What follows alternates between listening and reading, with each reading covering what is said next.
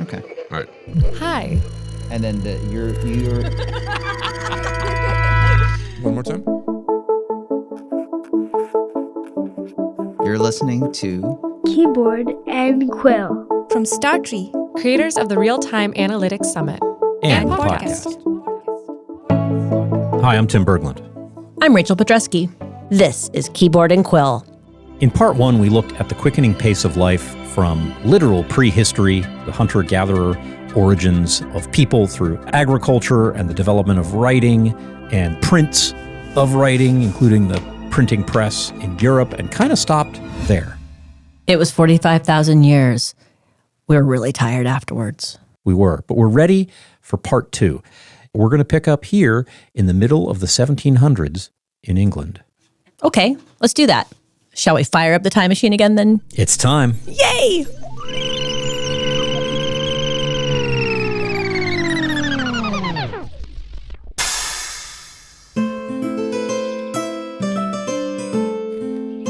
Now, why England? Why 1755? That seems very random. Oddly specific. Well, Yes. All right, things were about to change. Now, the previous decades had seen a dramatic increase in agricultural productivity. It was little things like crop rotation and just kind of getting better at planting. You know, there were no machines, there was no hydrocarbon fertilizer, just people were better at growing things. Okay, they're getting good at growing things, you're saying. Yes, which is good because we're going to need fewer people to be farmers very soon. So life as this hypothetical English farmer in 1755 is coming at the end of a series of boosts in productivity, not just agricultural, but many centuries of solid economic growth. And they're coming faster and faster, it seems. Faster and faster. So you have about $2,000 GDP per capita at this point in England compared to around $1,000 300 years earlier. So And no concept of that 45,000 years ago. no, right. That A couple cave paintings. Yeah, that's worth a couple bucks, right? No money, but very, very minimal economic production. So it's a wealthier place. On the farm, you going to call that fast paced? No, you're not. You still move around by walking, riding a horse. There are printing presses. But do you read? I actually don't have literacy data on them, but you're a farmer. You probably don't. You live life near where you were born, and you don't go that far. You get news from the city, but not that often. And does it matter? Life goes on kind of as it has. And you probably stay in the same valley that you were born in, and you farm the same way that your parents farmed. Yeah, life by modern standards is slow, but it's about to get a lot faster. Return now in your imagination 200 years ago. It was an England of quiet villages. By far the greater portion of the population was engaged in farming or other rural occupations, but the standard of living was low. And then, within the next 100 years, the nation was transformed. Villages became towns, towns became cities, and manufacturing was transferred from quiet homesteads to factories. This transformation we call the Industrial Revolution.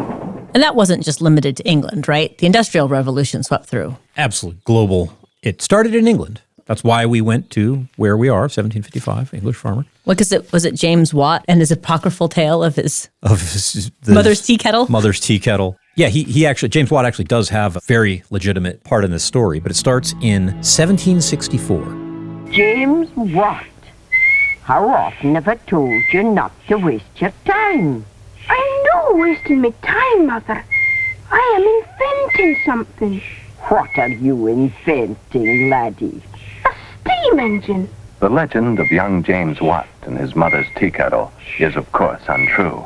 That was one of the worst Scottish accents I've ever heard. That was difficult. I need to acknowledge that. For the sake of our Scottish listeners, I apologize. Apparently, there's this apocryphal story about James Watt inventing the steam engine by watching his mother's tea kettle boil or something. This is his, Archimedes getting in the bath saying "Eureka" moment. Did that not happen either? I think there's good reason to believe that happened. Oh, okay. This thing So with you're going to James crush all of my, Bill and Ted's version of history. And I don't like that crushing all the dreams. Some of this stuff actually happened.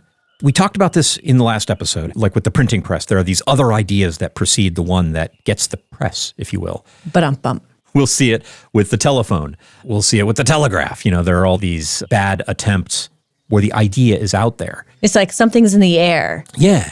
And there had been steam engines in use since 1712. Oh, wow. So it's been around for a while. A while, yeah, a lifetime. And the reason why they don't get the press and they didn't change the world is because they didn't work very well. It was kind of hard to use them, but this guy, Watt, in 1776, deploys his new model of a steam engine for a Scottish ironworks, and there was no going back. After a short break, we'll be back with more on the Industrial Revolution.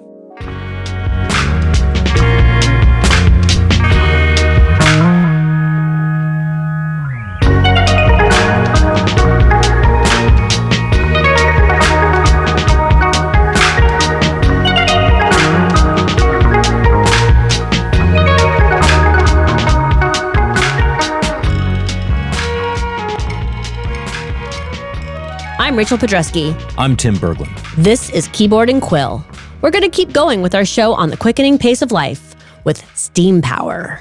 This was one of those things where it spread like fire. You know, within 10 years, you had textile mills and ironworks and all these things were running on copies of Watt's steam engine. It's a dramatic change. It's like the printing press. It's like the internet. It's like digital computers. It's that kind of transformational thing. What does this have to do with the pace of life? Yeah, what does it have to do with the pace of life? Why are we talking about tea kettles? Tea kettles make my pace of life slow way down, let me tell you. Okay, all right. Depends on the tea you're brewing, I suppose. Now there's this motivation to centralize production. You've got this big source of energy. You're burning coal. You're making steam. That means you can build factories. People are starting to figure out how to build machines that are steam powered. Now there was a need to employ all these people in cities, in factories, and they couldn't also be growing food. So you have people moving from the farm to the city. What do we know about life in the country versus life in the city? Faster paced. Right. And so you didn't need as much what you call here metabolic energy in order to get the same amount of work done. Right. Prior to the Industrial Revolution, all of the power that we could deploy against a task was metabolic. It wasn't all human, right? There were horses, oxen, whatever. But anything you're going to do, you're going to shape a piece of iron, you're going to cut something, you're going to do it with your hands, you can do it with an animal or something like that. And now, with the Industrial Revolution, fundamentally what's happening is we're transcending that metabolic limit and using coal, initially, to heat steam and move things. Now, Rachel, it's a good thing we have a time machine. We are kind of jumping all over the place a little bit. So on that point of productivity, we're going to set our time machine to the late 40s and move over to the United States and listen to what folks were saying about the impact on productivity that the Industrial Revolution had brought. Oh, sounds cool. This is a clip from 1949. Keep that in context as we play this clip. We use machines to make our clothes. We use machines to grow our food. With machines, we lay down concrete. With machines, we tear up concrete. Printing, bookkeeping, from stitching shoes to stamping steel with giant hammers to scooping up the earth 32 tons at a time. But it hasn't been this way very long, even with us. The scene is 1850. Let's see how the work was divided. Animal power, 50%. Manpower, 20%. Machine power, 30%. So this clip came out in 1949. I wonder what it was like then. Let's ask. The situation today, animal power, 2%. Manpower, little more than that. Machine power, 94%. And again, we need to acknowledge it was definitely not all roses getting there. And that clip we just played from 1949 is certainly projecting a deep and rosy optimism. But it's important to acknowledge there were difficult parts about the Industrial Revolution as well. The life of the average English worker, and this term in those days included women and children of tender age, was a miserable struggle for existence in which there were two enemies, the employer and the machine.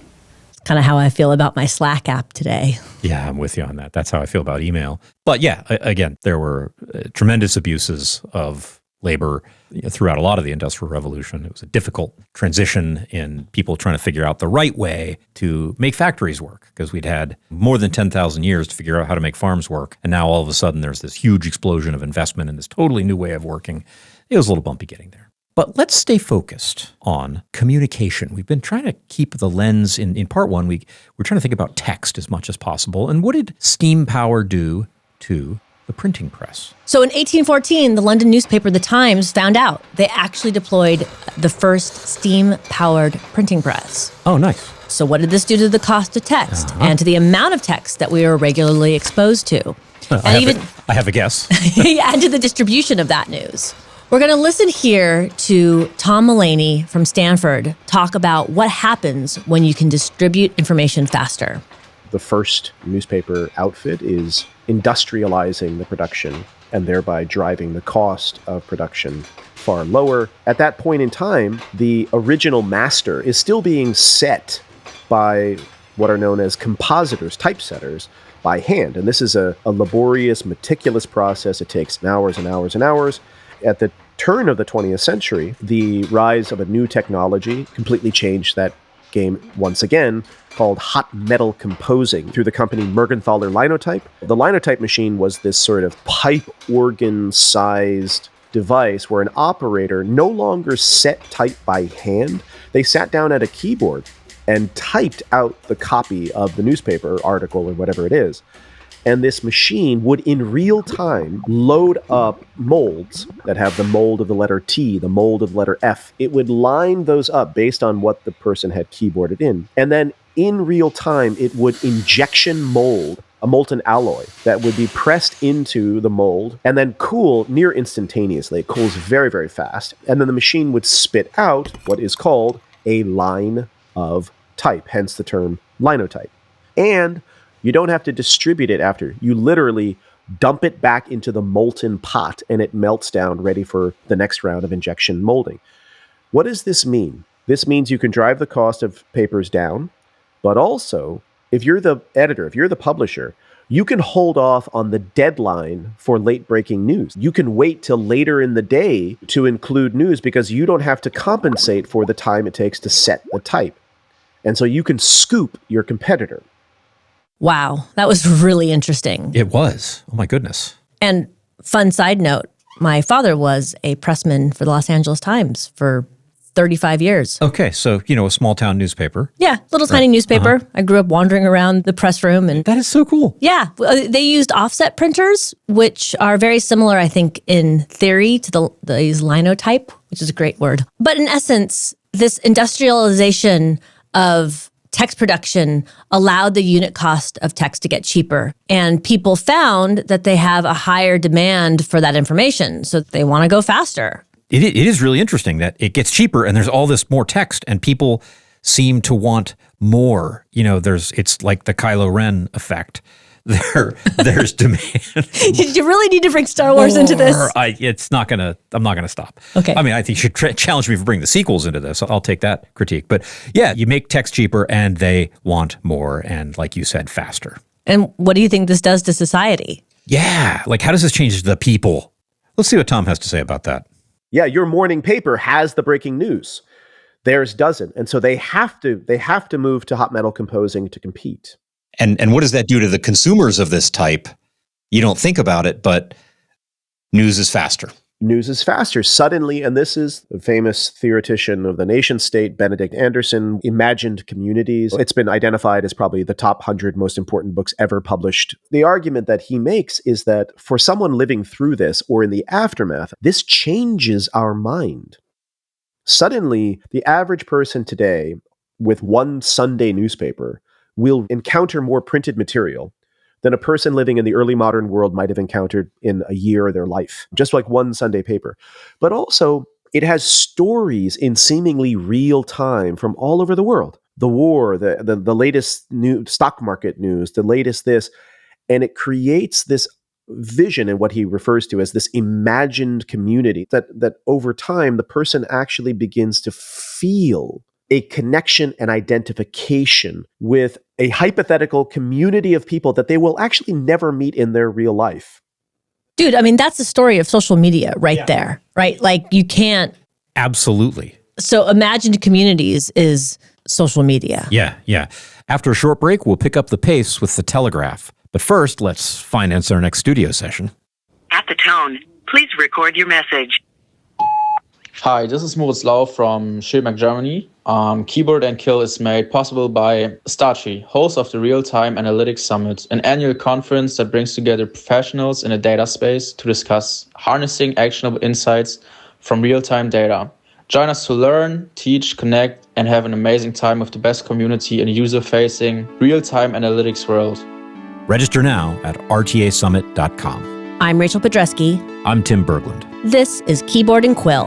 We're going to keep going with our show on the quickening pace of life with the telegraph. I want to get to telecommunications a little bit, and I mean a little bit. We're going to cover it in an episode dedicated to the topic, but I just want to tell a simple story about the telegraph.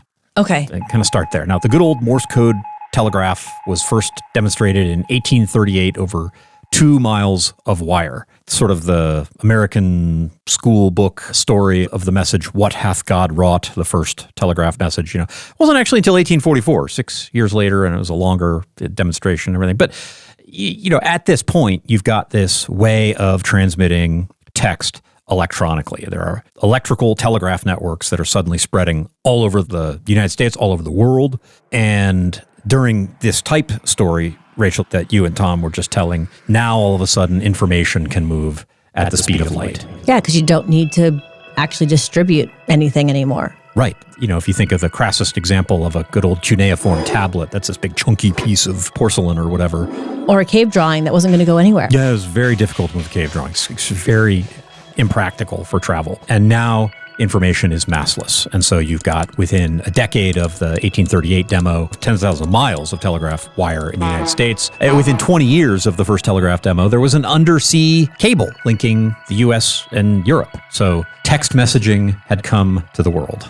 Not just the production of printed text being rendered cheaper by steam power, but the transmission of text was rendered instant and much cheaper by wires. The neat thing happening here was, I like to use the word dematerialization. At its essence, like Rachel, when you and I are talking, we're exchanging information. I mean, ideally, right? I don't know if everything we exchange is information. I understand. You Sometimes it's just random banter. Just complete stupidity. I was thinking, I think as soon as I said that, I knew she was going to object. But what is how much does information weigh? How long is it? That's a deep philosophical question. Nonsense questions. Now, as soon as I say that, there's going to be a materialist philosopher who's going to come and want to get in my face. Hopefully they're not listening right now. But the information is being reduced to kind of its fundamental massless state. The text in our lives is decoupling itself from the material things that we've been using to represent text. And I feel like this is going to come up something around ones and zeros and ons and offs. It prefigures that, doesn't it? It really does. It's beginning with the telegraph, but with computers and software, it's going to get carried to its extreme, at least as far as we can imagine. I never really put two and two together that the steam engine and computers are so intrinsically linked in the evolution of modern communication. Yeah. So you had the telegraph, then 1876. We're doing voice over wires. Human speech is traveling over using electrical signals. Pretty soon that gives way to radio. So we want to be able to send telegraph messages and voice messages over radio. Radio emerges as this communications and entertainment medium. And, suddenly there are radio sets as consumer products that are in homes and radio broadcasts as ad-supported services. All this stuff starts to happen very quickly. We started this whole thing with cave paintings, and, there's a similarity here. We're still trying to figure out how to express ourselves. And like you said, you can't really move a cave. But a TV broadcast, it's a real-time phenomenon. It's, as it were, in motion all the time. We've taken this to extreme because not only can we read about anything or hear anything, but we can actually see anything that happens virtually anywhere in real time. Yeah, by the time you have TV and TV penetration in homes. And we're not even at World War II yet. We are not, no. All of this, like the dawn of TV, this is happening in the late 1930s. And, we're telling a very narrow portion of the story. There's a lot more going on in the 20th century. Just a few things. Not all of it's good. And there are some other good things, like agricultural productivity. That's being mechanized. As machines take on more and more of the metabolic power, all of a sudden it's getting much easier to grow food, and fewer people live on farms, more people live in cities, again, contributing to the overall quickening in the pace of life. And from this point, if we just kind of stop in the late 30s with the first commercial TV station, it's about 90 years before the first real smartphone. We started the last episode, this whole discussion, with thinking about my phone wiggling in my pocket when I get a credit card fraud notification in real time. Still a delightful image. But we've got all the pieces in place now technologically for that progression to happen. There's lots more to talk about, but this is a good place to kind of recap. Where did we start? If you take this whole story in, this story of this relentlessly accelerating pace of life and pace of innovation, we started with hunter-gatherers becoming farmers. And then those farmers formed towns and cities. And in cities, people specialize. You might make leather goods, I might make things out of ceramic.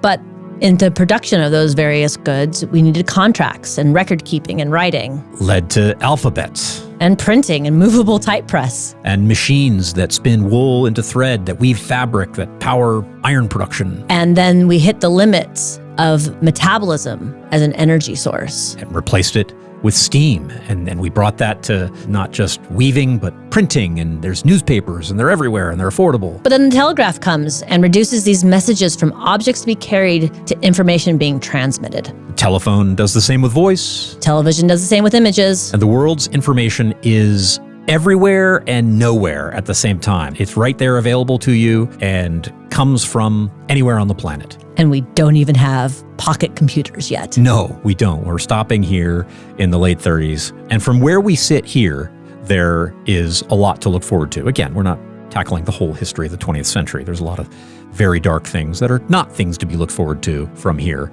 But in terms of this progression, we'll develop digital computers. Telecommunications networks are going to improve drastically. Things are going to go digital. Undersea cables will mount to come back. We'll get fiber optic cables. Computers will get cheap enough for typical people in the developed world to have them in their homes, and we'll connect those computers, and phones will go mobile, and all these things will converge. I mean, you think life is fast-paced in 1938? We've barely gotten started. Many thanks to Dr. Thomas Mullaney from Stanford and Dr. Mara Mills from NYU. You can find links to their work in the show notes. Also, thank you to Coastal Kites for the music you heard during our interlude. It's available on Spotify and Apple Music. Our show is produced by Peter Furia, Noelle Gallagher, and Tim Berglund. It was written by Tim Berglund and Rachel Pedreschi. It was edited by Noelle Gallagher and Peter Furia, and our amazing original music and sound design were created by Jeff Kite of The Voids. Keyboard and Quill is made possible by StarTree, hosts of Real-Time Analytics Summit. Register now at rtasummit.com. You can subscribe to Keyboard and Quill for free wherever you listen to podcasts, including Apple, Spotify, and YouTube. Please leave us a comment and a rating if you have a minute. And if you're a data professional, you should check out the Real-Time Analytics podcast, which we launched in early 2023. New episodes every Monday, link in the show notes. I'm Tim Berglund. And I'm Rachel Pedreschi. See you next time.